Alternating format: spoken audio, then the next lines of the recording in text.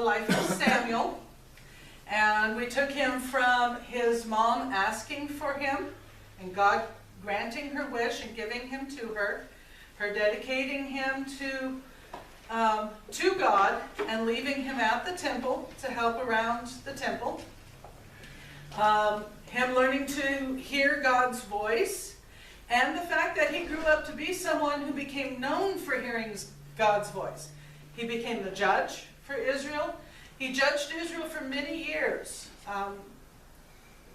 It slips my mind at the moment exactly how many years, but for a very long time. He judged Israel. He became an old man.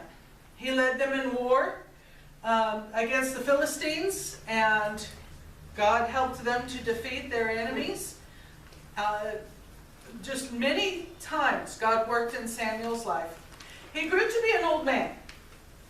He had 2 sons, and the Bible says that his sons were not just men. They were not righteous men. They took bribes. They just decided to not be good guys. And very much like Eli's sons. They just didn't serve God. So the people of Israel, we talk about Samson, who was not the brightest person in the Bible. I'm pretty sure these guys weren't a lot better. They came to Samuel and they said, you know what, Samuel, you're getting old and you've been judging us a long time and your sons are not following in your footsteps. Again. We've had a system where God just appoints the proper judge for the proper time. He can be from any of the 12 tribes. And he serves as judge, and his sons have never followed as the next judge of Israel. And your sons, they're not serving God. So, we want a king. Now, to me this does not make sense, because when you have a king, then you're guaranteed his children will take over and be the next judges, the next rulers of the country. So, we had Eli, whose sons went bad. We had Samuel, whose sons went bad. So let's have a king so we can't get rid of his bad sons. Makes no sense at all. But they said, we want a king. Everybody around us has a king, and we want to be like everybody else. It's the fashionable thing to do, to have a king. So we want a king, and he'll lead us in battle, and he'll judge us, and that's what we want. So do that for us. And this made Samuel very upset, of course, as you can imagine.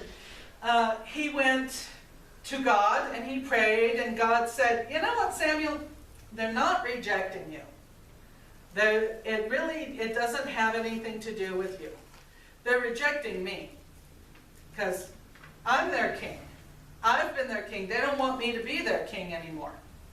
So you go tell them what their king is going to be like, what it's really going to be like to have a king. And then they're going to insist on having a king. Go ahead and tell them you'll make sure they get a king. So he went back to the people of Israel and he told them, look, if you have a king, he's going to charge you high taxes. He's going to draft your sons into his army. He's going to draft your daughters into his kitchen to cook for him.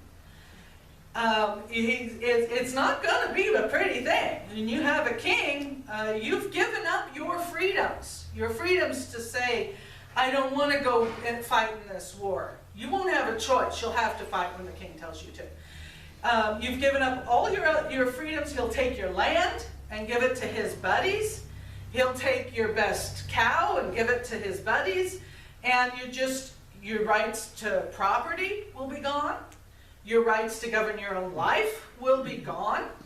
You'll have to do what you're told when you have a king, instead of God as your king. And the people said, we don't care. We want a king anyway. It's the fashionable thing. We've got to have a king. So Samuel said, okay, I will get you a king. And we will get him find out who that is next week. So let's sing our song. I'm in, right out, right up, right down, right at you.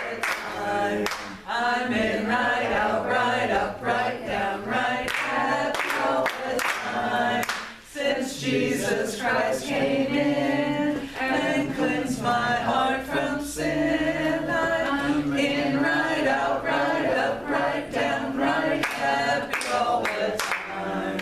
I'm in right out, right down, right, happy all the time.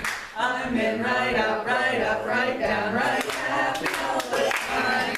Since Jesus Christ came in and cleansed my heart from sin, I'm in right out, right down, right, happy all the time.